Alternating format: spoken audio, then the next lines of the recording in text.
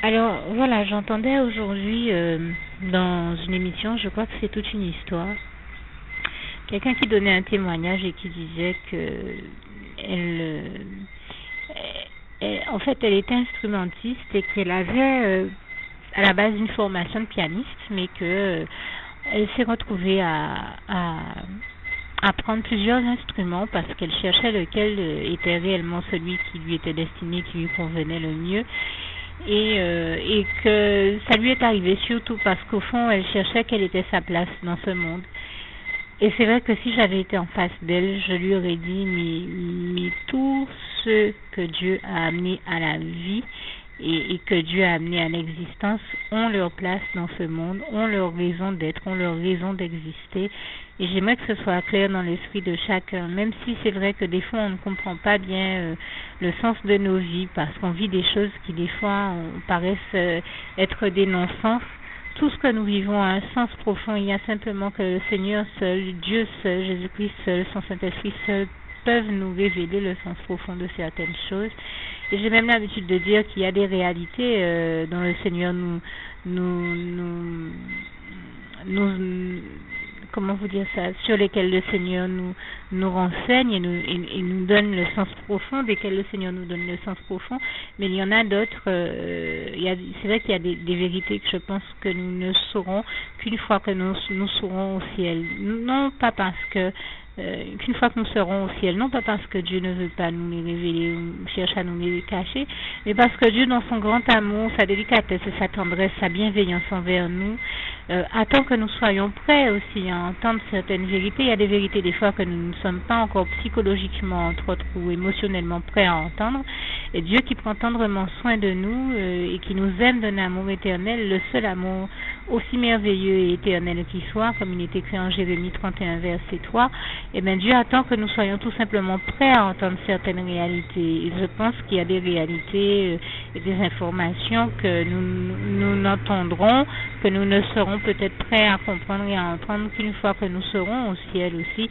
Je crois que nous allons découvrir bien des surprises, bien des choses. Mais en tout cas, je sais que Dieu nous réserve le meilleur, qu'il a gardé le meilleur pour la fin. Je lui rends grâce et gloire pour ça. Mais c'est vrai que qu'il faut tout simplement comprendre que même si nous ne comprenons pas le sens profond de tous les événements de nos vies ou de celles de ceux qui nous entourent ou de certaines choses qui se passent dans l'actualité, je crois que avant tout mon message est de vous dire de continuer à garder espoir, de continuer à garder la foi en Dieu, en Jésus-Christ, en son Saint-Esprit, parce que déjà et même si aussi vous avez la sensation que tous ceux qui vous entourent vous rejettent et vous donne au final la sensation que vous n'avez pas votre place dans ce monde, ce n'est pas vrai, ce n'est qu'une illusion du diable, parce qu'en réalité, si Dieu vous a créé, c'est que vous avez votre place sur terre, vous avez toute votre raison d'être et de vivre, et vous avez à continuer à vivre, puisque Jésus-Christ est celui qui nous apporte la vie, et la vie en abondance, comme il est écrit en Jean 10, verset 10. Et ne perdez pas de vue que la vie, c'est Jésus-Christ, comme il est écrit en Jean 14, verset 6. Jésus-Christ est la vie, la vérité et le chemin. Donc, si tous ceux qui vous entourent vous ont déçu, le seul qui ne vous décevra jamais, c'est Dieu, c'est Jésus-Christ, c'est son Saint-Esprit.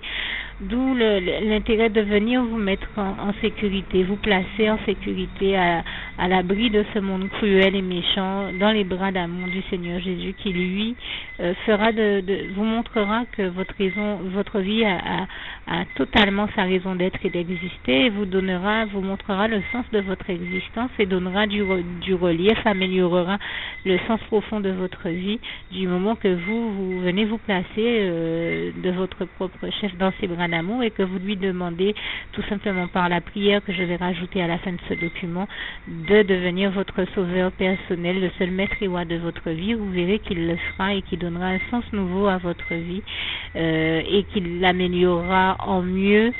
Et je peux vous dire en beaucoup mieux votre vie, et je vous parle de cela parce que, comme on dit, on ne parle bien que des choses dont on a fait l'expérience. Et si je vous parle de ces réalités-là, c'est parce que j'en ai moi-même fait l'expérience. J'ai souvent été trahi, rejeté, bafoué, sans compter tout ce qui va avec. Mais Dieu, et au point que, voilà, le monde autour de nous donne des fois la sensation que nous n'avons pas de raison d'exister, on entend surtout dans nos sociétés antillaises des gens se dire mais quel effet inutile là ça, enfin les gens nous font croire que nous sommes inutiles, que notre existence même est inutile, alors qu'elle est pleine de sens. Au jour d'aujourd'hui, moi je me dis eh ben voilà, les gens autour de moi essayaient de me faire croire, ou le diable à travers ces personnes, en réalité il est le seul responsable et coupable de toutes ces choses, et il essayait de me faire croire que j'étais inutile ou que ma vie était inutile, mais le seul inutile, véritable inutile qui soit, c'est le diable en fait, parce que tout ce qu'il fait est négatif et néfaste, qu'il n'y a aucune vérité, aucune bonté en lui, et qu'il est le père du mensonge et de l'illusion, comme il est écrit en Jean 8, verset 41 à 47, qui nous dit bien qu'il est le père du mensonge. C'est moi qui rajoute et de l'illusion, puisque sa spécialité c'est d'illusionner les gens dans le but de les perdre et de les amener en enfer et de les illusionner au point de leur faire croire qu'ils sont inutiles, alors que le seul inutile c'est lui-même le diable. Et donc la preuve que je n'étais pas inutile, pour juste vous donner un exemple, il a même essayé de me faire croire que mon travail d'infographiste était inutile et de faire en sorte qu'on ne reconnaisse pas mes compétences professionnelles. Mais Dieu, lui, a reconnu mes compétences professionnelles et je lui rends grâce et gloire. Il m'a montré que d'une vie que le diable faisait croire qui était totalement inutile, et bien Dieu m'a montré à quel point il allait restaurer cette vie et l'amener à porter du fruit au-delà même de tout ce que je pouvais imaginer. Au point que Dieu m'a tellement béni aujourd'hui que je n'en reviens pas. Je n'en reviens pas de tout le fruit que Dieu a permis que je porte. Et vraiment, c'est extraordinaire, puisqu'au jour d'aujourd'hui, le Seigneur m'a béni. Pour moi, l'une des plus, j'ai l'habitude de le dire, pour moi, les bénédictions parmi les plus importantes que Dieu place dans nos vies sont celles qu'il nous donne, notamment sur le plan spirituel. Et pour moi, l'une des plus grande bénédiction que j'ai reçue de Dieu, c'est de voir, quand on regarde ma vie, ça peut paraître surprenant, mais c'est vrai que je n'ai par exemple pas d'enfant physiquement, alors que l'année prochaine j'aurai 40 ans, je n'ai pas encore 40 ans, mais je n'ai pas d'enfant physiquement, je n'ai pas fait d'enfant, c'est un choix de vie qui était la volonté de Dieu pour moi et pour ma vie, et c'est un choix de Dieu qui me convient totalement, parce que nous avons pris la décision qu'il en soit ainsi d'un commun accord avec mon Dieu, dans ma relation d'amour, de complicité, d'intimité avec mon Dieu. Mais autant je n'ai pas d'enfant physiquement, charnellement, Dieu m'a béni en me donnant aujourd'hui plus de 300 à 400 enfants spirituels. Je pense que j'ai très largement plus de 400 enfants spirituels. Et si je vous parle comme ça, c'est parce que aujourd'hui j'en ai tellement que j'ai même du mal à les dénombrer. Je crois m'être arrêté de compter environ à 400. Enfin, quand je dis arrêter, pas vraiment arrêter, mais il y en a que je ne peux même pas compter. Il n'y a que Dieu qui pourrait me révéler s'il faut les rajouter ou pas. Et donc, en attendant, moi je rends grâce et gloire à Dieu. Voilà, pour moi c'est quelque chose déjà de merveilleux, de dire que je n'en avais aucun auparavant, et qu'aujourd'hui, en quelques années seulement, j'ai déjà plus de 400 enfants spirituels. Pour moi, c'est quelque chose d'extraordinaire. Et quelqu'un qui a 400 enfants spirituels a une vie qui forcément porte du fruit, et toute la gloire en revient à Dieu, à Jésus-Christ et à son Saint-Esprit, qui est le seul à nous rendre capables de porter du fruit et qui nous permet de porter du fruit.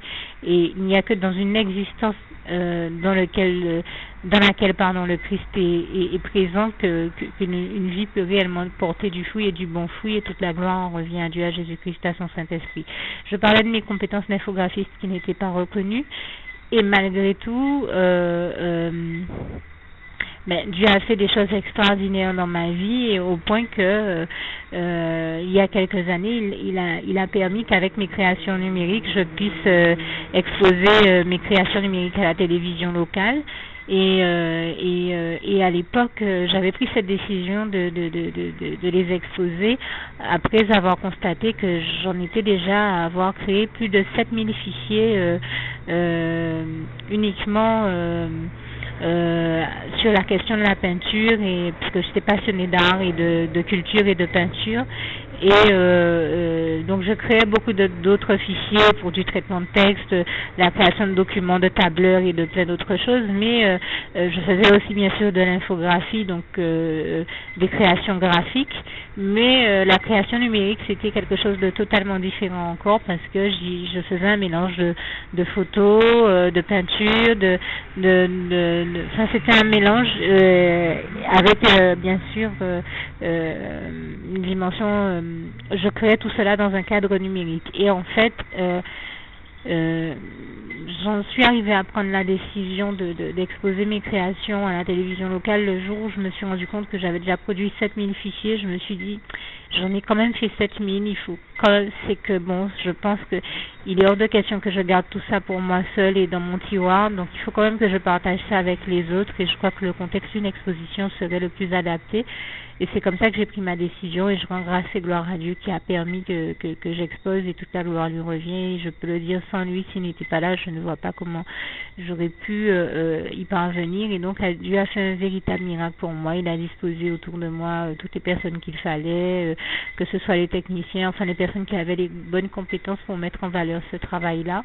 Et toute la gloire en revient à Dieu, à Jésus-Christ et à son Saint-Esprit. Et je lui rends grâce et gloire parce que même si on ne me voit plus sur le devant de la scène actuellement, et là aussi c'est un choix de vie qui a été signifiant par rapport à mon actualité personnelle, par rapport à un certain nombre de choses qui se sont passées dans ma vie, eh bien,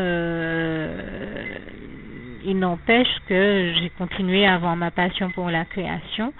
Et aujourd'hui, j'en suis, pour quelqu'un dont on ne reconnaissait pas les compétences sur ce plan-là, à avoir tout de même créé plus de 30 182 fichiers, entre 30 182 et 185 la dernière fois que j'ai compté. Je pense bien en être beaucoup plus loin. La dernière fois que j'ai compté, c'était en janvier 2014, et nous sommes en mars 2013, en mars 2014, et je pense que j'en ai déjà créé bien plus que je ne compte même pas, au moins 100 de plus. Donc on va dire certainement 30 285 fichiers au moment où je parle. Et donc très concrètement, parce que je crée beaucoup, et c'est vrai que c'est une vraie passion, et ce don pour la création est un don de toute manière que Dieu a mis en moi, et là encore toute la gloire en revient à Dieu, à Jésus-Christ, à son Saint-Esprit, Dieu qui ne se repent jamais ni de ses dons ni de ses appels, des dons qu'il place en nous, comme il est écrit en Romains 11 verset 29 que je vous invite à lire dans vos Bibles.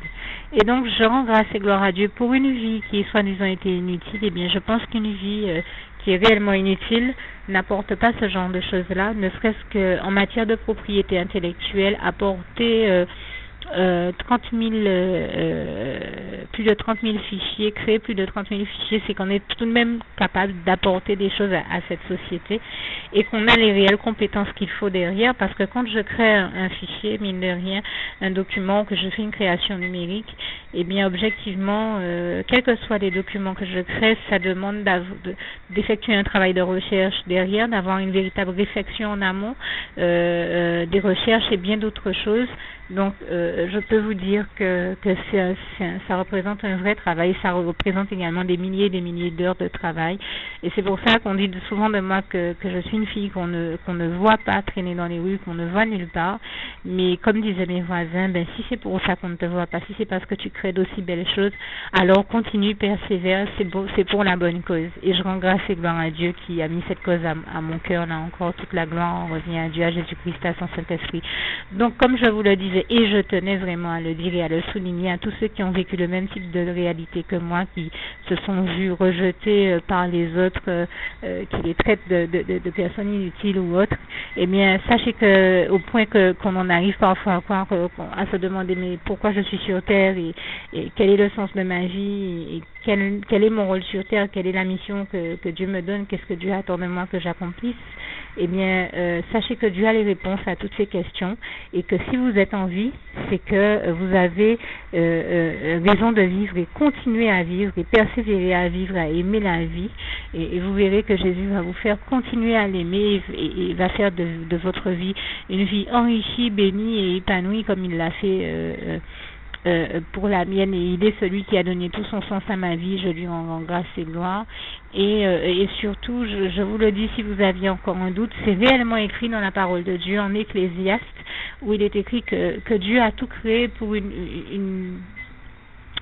bonne cause, j'ai envie de dire. Je le dis à ma manière, mais Dieu nous a tous, si Dieu nous a créés, il a permis que nous soyons en vie, s'il nous a amenés à l'existence, c'est que notre existence a du sens. Tous ceux à qui Dieu permet de vivre, j'ai envie de dire, de respirer, de vivre et d'être en vie sur cette terre, ont chacun un rôle à jouer dans l'histoire de l'humanité, que vous ne le perdiez pas de vue.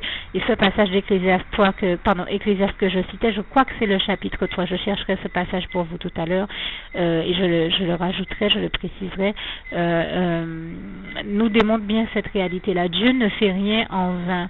Il aime toute sa création, il aime tous ceux qu'il a créés, et tous ceux qu'il a créés, s'il les a créés, c'est qu'ils ont un rôle bien précis à jouer sur terre. Et quand notre mission sur terre, la mission que Dieu nous a donnée sur terre est terminée, Dieu nous enlève de la terre. Dieu nous enlève arrête notre vie. Et c'est pour ça que bien souvent on est nombreux à se dire, mais pourquoi telle ou telle personne est partie si vite, mais nous ne savons pas pourquoi, mais Dieu sait pourquoi il permet que certaines personnes meurent, même jeunes parfois. Des fois, ça nous paraît grave, gravissime, ou extraordinaire ou autre. Je voudrais dire là aussi que même sur cette question-là, je rends grâce et gloire à Dieu, parce que combien de fois on a entendu des jeunes qui mouraient ou en se disant mais il est parti trop tôt. Non, Dieu ne permet jamais que quelqu'un parte trop tôt ou trop tard. Quand Dieu permet que quelqu'un parte, que quelqu'un meure, vous comprenez le sens de mon propos, c'est qu'il y a des raisons, même si nous, ces raisons-là nous en échappent, mais il y a des raisons. Je pensais comme ça à une fois où j'entendais la vie d'obsèque d'un jeune à la radio, et en me disant, mais il est vraiment, vraiment jeune, comment est-ce qu'il a pu mourir aussi jeune? Enfin, jeune, c'était un adolescent, je crois qu'il avait quelque chose comme 19 ans, je ne sais plus. Et en fait, un peu plus loin, j'ai appris dans l'histoire, d'autres personnes sont venues me parler et m'ont révélé que cette personne-là, elle était violente.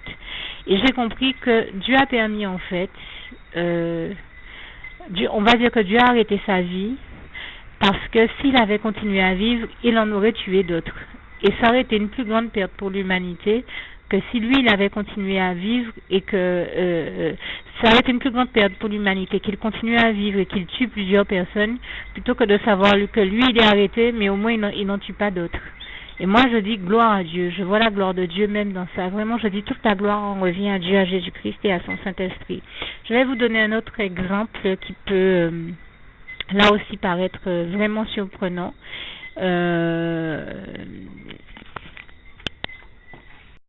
Vous l'aurez compris, pour des raisons indépendantes de ma volonté, j'ai dû arrêter l'enregistrement que je faisais.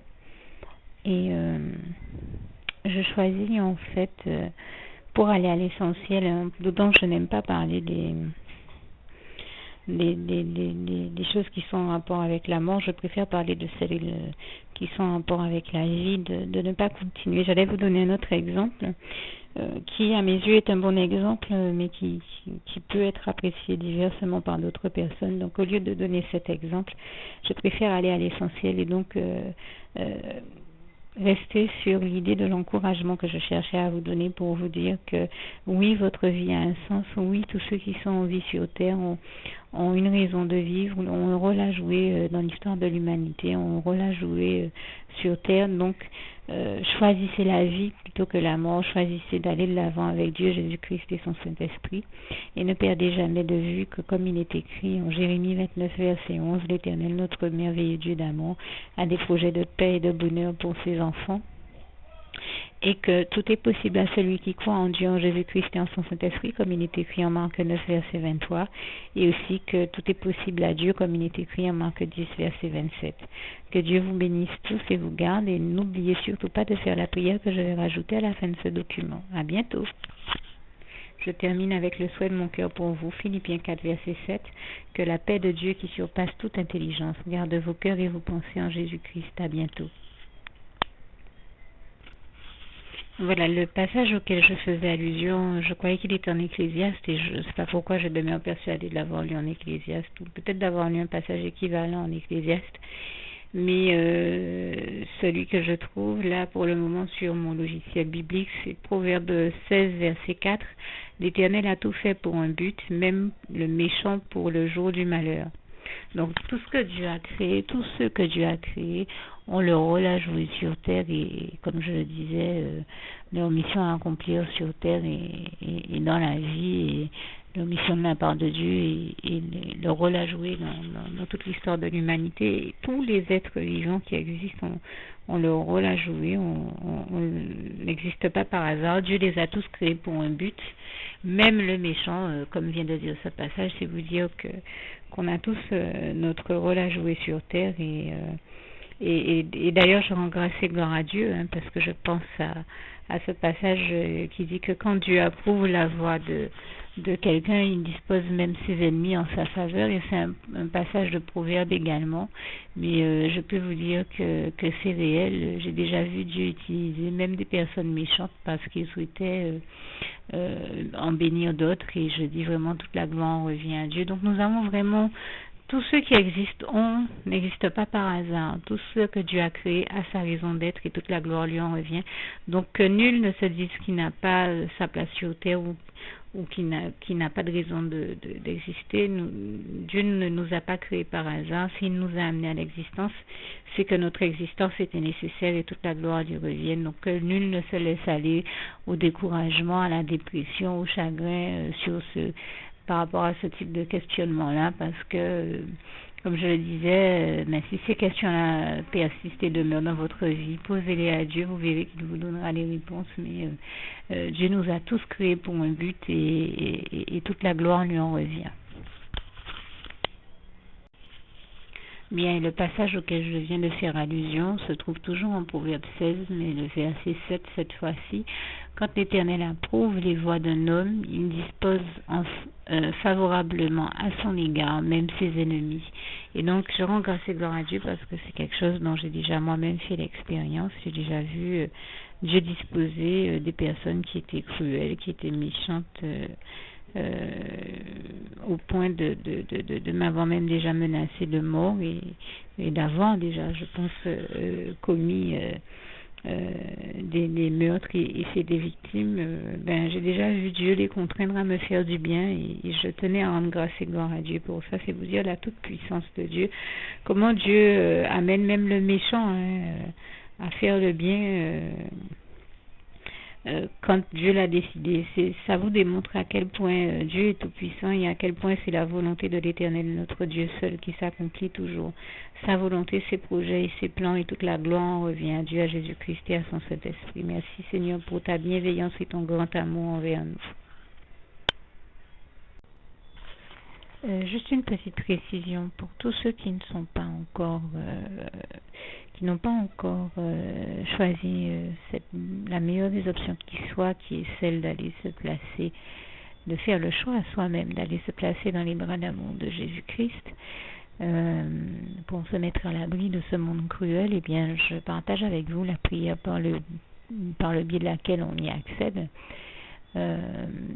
Et commence par vous rappeler également ce passage de Jean 14 verset 6 où il est écrit que Jésus-Christ est le chemin, la vérité et la vie. Nul ne vient au Père, Dieu, sans passer par le Fils Jésus-Christ, bien sûr. Je le dis à ma manière, vous regarderez comme il est actuellement écrit dans vos Bibles là encore. Et donc, n'hésitez pas à ouvrir vos cœurs à Dieu, à Jésus, à son Saint-Esprit, à être sincère avec lui et à lui adresser la prière qui suit, à lui dire tout simplement, Éternel mon Dieu, Seigneur Jésus-Christ, moi, un tel, vous dites votre nom et votre prénom, je t'accepte aujourd'hui comme mon sauveur personnel, le seul maître et roi de ma vie. Je remets toute ma vie entre tes mains puisqu'elle t'appartient, Éternel mon Dieu, puisque tu l'as créée, cette vie. Donc tu en es donc le seul maître et propriétaire comme de tout ce qui existe dans tout l'univers. Je remets donc toute ma vie entre tes mains, je te la donne. Merci, Éternel mon Dieu, aussi de permettre que cette vie que tu m'as donnée continue à être à ta gloire et que je continue à te servir, à t'appartenir pour l'éternité, d'éternité en éternité. Merci aussi, Seigneur, de faire que je continue donc à te servir et à t'appartenir pour l'éternité, d'éternité en éternité. Et aussi, Seigneur, de m'accorder la grâce de ton pardon et de ta miséricorde pour tous les péchés que j'ai commis tout au long de ma vie, jusqu'à la date d'aujourd'hui incluse. Et c'est au nom puissant du Seigneur Jésus-Christ que j'ai fait cette prière. Et à vous tous qui avez fait cette prière, je vous dis que Dieu vous bénisse abondamment, puissamment, richement. Et surtout, n'hésitez pas à la partager avec tous vos proches et contacts, amis, membres de vos familles, collègues, bien-aimés, tous ceux que vous aimez Et surtout tous ceux à qui Dieu vous mettra à cœur, avec qui Dieu vous mettra à cœur de la partager. Et, et comme j'aime à le dire, si vous n'avez pas encore pris le temps de faire cette prière, comprenez bien que voilà, ça ne vous coûte rien de la faire, c'est gratuit, c'est indolore, et que voilà, vous n'êtes pas obligé de me croire, mais moi il m'est arrivé tout comme vous de devoir faire cette prière un jour dans ma vie, et quand on m'a proposé de la faire, je me suis dit, et si c'était vrai, et si c'était vraiment Dieu qui, par ce biais-là, m'appelait à lui et me demandait de lui donner ma vie, de l'accepter, c'était Jésus qui était en train de vraiment me tendre la main et qui était en train de me demander de l'accepter comme mon sauveur personnel, je ne pourrais pas passer à côté de l'occasion de lui dire oui, parce qu'il faut aussi que je reste ouvert ou ouverte à ce que Dieu peut avoir à me dire. Il faut que je garde mon cœur et mon intellect ouvert à ce que Dieu peut avoir à me dire. Donc je me suis dit, je ne peux pas courir le risque de passer à côté de mon éternité, de passer à côté des meilleures choses de la vie, surtout si le maître et créateur de la vie m'appelle et cherche à me sauver.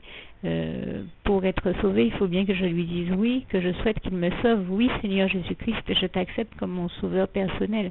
Et c'est le sens de cette prière. Et comme je dis, elle ne nous coûte rien à faire. Et puis surtout, moi je vous dis, du jour où je l'ai faite, j'ai vu Jésus changer ma vie en mieux sur tous les plans. Et donc je crois que ça ne vous coûtera rien, ça ne vous coûte rien vous non plus de la faire et puis d'expérimenter, de regarder comment les choses vont se dérouler dans votre vie, de regarder Jésus changer votre vie en mieux, à vous aussi.